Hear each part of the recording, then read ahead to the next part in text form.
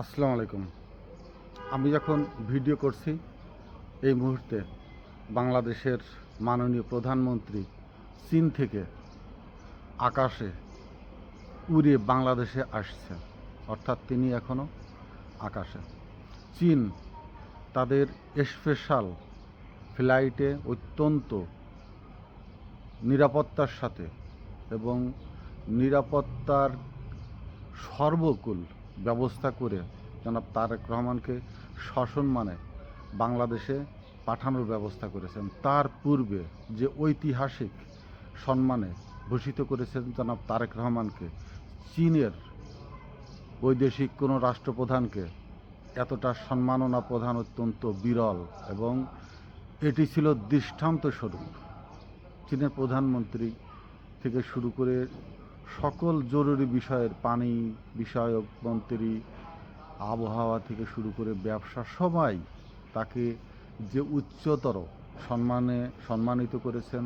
গুরুত্বপূর্ণ স্থানসমূহ তাকে দেখিয়ে নেওয়া হয়েছে এবং পুরা রাষ্ট্রযন্ত্রের সর্বোচ্চ শক্তিশালী ব্যক্তিময় থেকে শুরু করে চীনের কমিউনিস্ট পার্টির প্রধান অফিস প্রধানগণ তার সাথে অত্যন্ত সৌহার্দ্যপূর্ণ সম্মানের সাথে যেমন সাক্ষাৎ দিয়েছেন, তেমনি 13টি জরুরি বিষয়ে যে চুক্তি স্বাক্ষরিত হয়েছে, অত্যন্ত জটিলতর বিষয়গুলো, এবং স্পেশালভাবে শি জিনপিংয়ের সাথে তারেক রহমানের সৌহার্দ্যপূর্ণ রুদ্ধ বৈঠক হয়েছে। সেখানে আমাদের মাথায় রাখতে হবে এটাই, দক্ষিণ এশিয়ার ভারতের যে গোয়েন্দা সেই রয়ের কর্মতৎপরতা, দক্ষিণ এশিয়ার রাষ্ট্রপ্রধান থেকে শুরু করে অনেক তাদের দ্বিমত পোষণকারীকে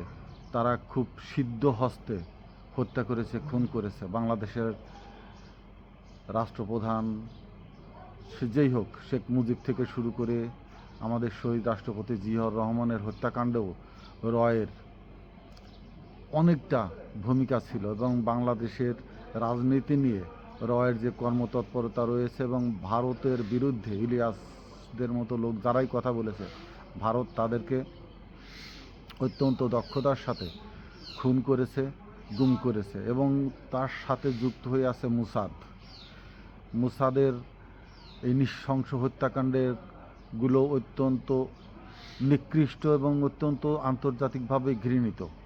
ইরানের যেসব রাষ্ট্রপ্রধানদেরকে মোসাদ বিমান দুর্ঘটনায় দেখিয়ে বা বিভিন্নভাবে রাষ্ট্রপ্রধানদেরকে হত্যা করেছে, পৃথিবীর ইতিহাসের এক নিকৃষ্টতম উদাহরণ হলো এই গোয়েন্দাদের দ্বারা শীর্ষস্থানীয়দেরকে হত্যা করে দেওয়া। আমাদের মনে রাখতে হবে এই মুহূর্তে বাংলাদেশের প্রধানমন্ত্রী যখন চীনে সফর করছেন, ভারত কিন্তু সেই মুহূর্তে হামাগুড়ি দিচ্ছে বাংলাদেশের পাকে স্পর্শ করবার জন্য। বুক, মাথা, হাত নয়, হাঁটুর নিচে পাকে স্পর্শ করবার জন্য ভারত হামাগুড়ি দিয়ে বুক মাটিতে বাঁধিয়ে বাংলাদেশের দিকে হাত উঁচু করে এগিয়ে আসছে এবং এই হাত উঁচু করে আসা শুধু ভিক্ষাই নয়, তাদের পিছনের পকেটে ছুরি আছে। একবার ফুলের ডালা সাজিয়ে তারা বর্তমান সরকারকে এমনভাবে এই মুহূর্তে একবারে ব্যবসা বাণিজ্যের ডালা যেন খুলিয়ে দিয়েছে।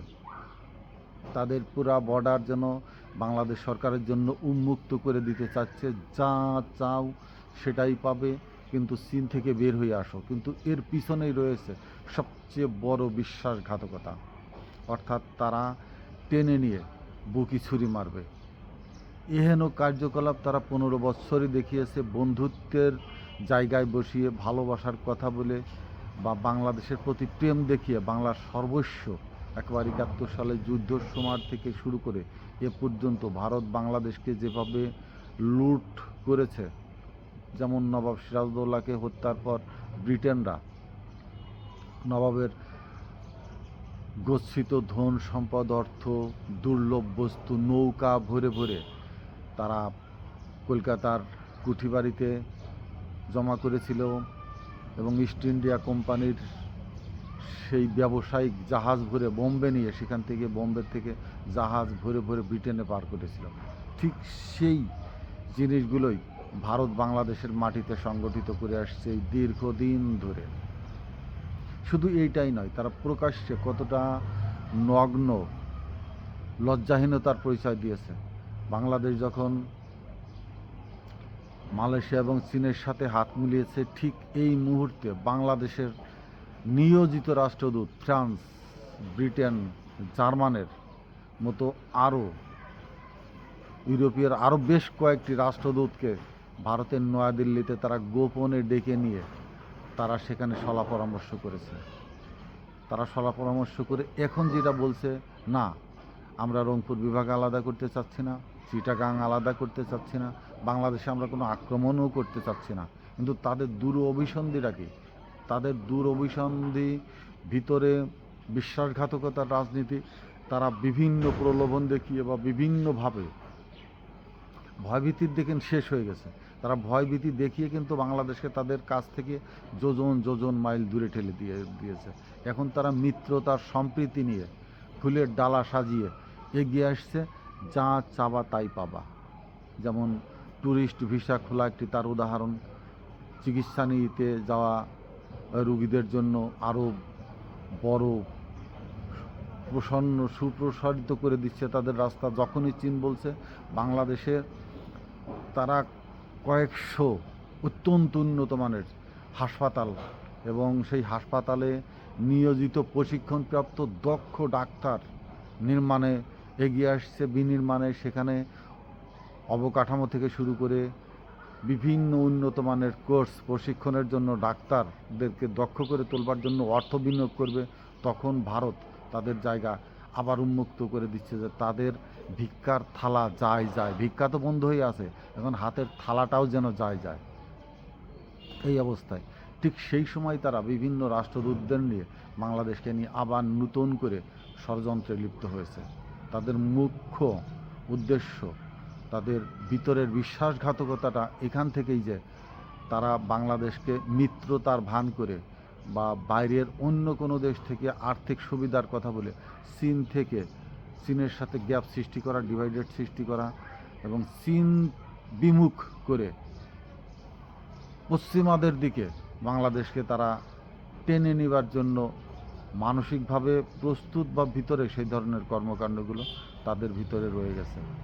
কিন্তু ভৌগোলিকভাবে দক্ষিণ এশিয়ার যে রাজনীতি, যেটা পরিকল্পিতভাবে দীর্ঘদিন ধরে সেই বাংলাদেশ থেকে মিয়ানমার হয়ে চীনের যে করিডোর, সেটা চীনও চাচ্ছে। অর্থাৎ এই করিডোর দিয়েই বঙ্গোপসাগরের চিটাগাং বন্দরের যে ব্যবসায়িক দ্বার, বাংলাদেশের একটি সিঙ্গাপুরের মতো একটি ব্যবসায়িক কেন্দ্র বা দুবাইয়ের মতো যে একটি ব্যবসায়িক কেন্দ্র অদূর পরিসরে, অদূর ভবিষ্যতে গড়ে উঠবে এবং সেটা খুব দূরে সময়ক্ষেপণ হবে না বলে মনে হচ্ছে। এই পরিপ্রেক্ষিতে ভারতের যে ব্যবসায়িক ঘাটতি হয়ে দাঁড়াবে, অর্থনৈতিক জোন হিসাবে বা সাগর ভিত্তিক, সমুদ্র ভিত্তিক যান চলাচলের যে ট্রানজিট চিটাগাং থেকে শুরু হবে এবং এই চিটাগাংয়ের ট্রানজিটের সাথে বাংলাদেশের যে ইকোনমিক্যাল ট্রানজ্যাকশন এমন একটি জায়গায় পৌঁছাবে যে আন্তর্জাতিকভাবে বাংলাদেশ তখন অত্যন্ত ইম্পর্টেন্ট একটি জায়গা হয়ে দাঁড়াবে। যুদ্ধ নয়, ব্যবসায়িক কেন্দ্র হিসাবে উন্মুক্ত হতে যাচ্ছে বাংলাদেশের চট্টগ্রাম বন্দর বা সামগ্রিক বাংলাদেশ। এই উন্নত ব্যবসার সাথে নেটওয়ার্কে জড়িয়ে পড়বে বাংলাদেশের যোগাযোগ অবকাঠামো। তিস্তা থেকে শুরু করে সকল নদীপথের অববাহিকাকে আরও নিরাপদে উৎস থেকে সমুদ্রগামী হওয়ার যত খনন থেকে শুরু করে বাঁধ থেকে শুরু করে নিরাপত্তা, সমস্ত কিছুই চীনের আওতায় এসেই বাংলাদেশ তার রাতকে নিরাপদ ভাবছে, তার প্রতিটি মুহূর্তকে নিরাপদ ভাবছে। অর্থাৎ ভারত যে আগ্রাসী মনোভাব নিয়ে এবং হিংসাত্মকভাবে ছোট রাষ্ট্র বলে, দরিদ্র রাষ্ট্র বলে, অশিক্ষিত মূর্খের রাষ্ট্র বলে যে তিরস্কার করত, ভুকা বা ক্ষুধার্ত জনগণ বলে যে তারা ক্রিটিজম করত, সেইটার দিন সম্ভবত শেষ হয়ে আসছে। চীনের প্রেসিডেন্ট শি জিনপিং তারেক রহমানকে বলেছে, আপনার পিতা এবং মাতা আমাদের পরীক্ষিত বন্ধু ছিল, বিশ্বস্ত রাষ্ট্রের পারস্পরিক যত জায়গাগুলো আমাদের ভিতরে একটি সমঝোতাময় বোঝাপড়া ছিল, আমরা সেটাকেই আরও উন্নততর স্থানে নিয়ে যেতে চাই, এবং সেটাই, এই কথাটাই চাচ্ছিলেন তারেক রহমান। এবং ঠিক তারেক রহমান সেই কথারই উত্তর দিয়েছেন চীনের রাষ্ট্রপতিকে, বাংলাদেশের বিশ্বস্ত বন্ধু চীন এবং চীনের বর্তমান রাষ্ট্রপতি। এই উভয়ের প্রতি যে ভালোবাসার উন্মেষ ঘটেছে, এই উন্মেষের দ্বার প্রান্তকেই ভারত ভালো চোখে নিচ্ছে না। যে কোনো মুহূর্তে রয়ের দ্বারা হোক, ইন্ডিয়ান যে কোনো এজেন্টের দ্বারা হোক, এদেশে যারা ক্ষমতায় ছিল ভারতমুখী সেই রাজনৈতিক নেতাদের, খুনি নেতাদের, অস্ত্রধারী ক্যাডার ভিত্তিক নেতাদের দ্বারা যে কোনো মুহূর্তে বাংলাদেশের উচ্চ পর্যায়ের আবার একটি খুনোখুনির পথ ভারত বেছে নিতে পারে। আপনাদের জানা উচিত ইন্দিরা গান্ধীকে কিভাবে হত্যা করা হয়েছিল, তার নিজস্ব গার্ড দ্বারা, শিখদের দ্বারা। রাজীব গান্ধীকে তাদের সম্প্রদায়, তাদেরই একজন নারী ফুলেল শুভেচ্ছা দিতে গিয়ে তার নিকটে গিয়ে সুইসাইড বোমবাস্টারে সে নিজে এবং রাজীব গান্ধীকে হত্যা করে। তারও আগে আমি বলছি, আওয়ামী লীগের শেষে এসে আপনার পিটার হাসকে চট্টগ্রামের রাউজানের এক আওয়ামী লীগের নেতা হত্যা করতে চেয়েছিল, বলেছিল তাকে খুন করা হবে, হত্যা করা হবে। কিন্তু সেই আওয়ামী লীগ তারা দেশেই আছে, তাদের চেলা পেলা দেশেই আছে, এবং রয়ের এজেন্টও দেশে আছে, এদেশে এখনও প্রতীয়মান। না হলে ওই অ্যাডভোকেট চৈতালি এরা কারা, এরা কোত্থেকে আসলো, কোত্থেকে হুট করে উদয় হয়ে আসলো? বা ব্রাহ্মণবাড়িয়ার রামমূর্তি কিভাবে এই বাংলাদেশের ভিতরে এত বড় মাথাচাড়া দিয়ে উঠছে সেই লুকায়িত শক্তি, অর্থাৎ তাদের রেখে যাওয়া পোষ্যপুত্ররা, তাদের রেখে যাওয়া বিলাডি বাস্টার্ডেরা এদেশে পদচারণা করছে, রাজনৈতিক অঙ্গনে বা সমাজে নিভৃতচারী হিসাবে রয়ে গেছে। সময় সাপেক্ষে তারা যে কোনো ধরনের স্যাবোটাজ, খুন খারাপি, হত্যা, রাহাজানি সংগঠিত করতে পারবে।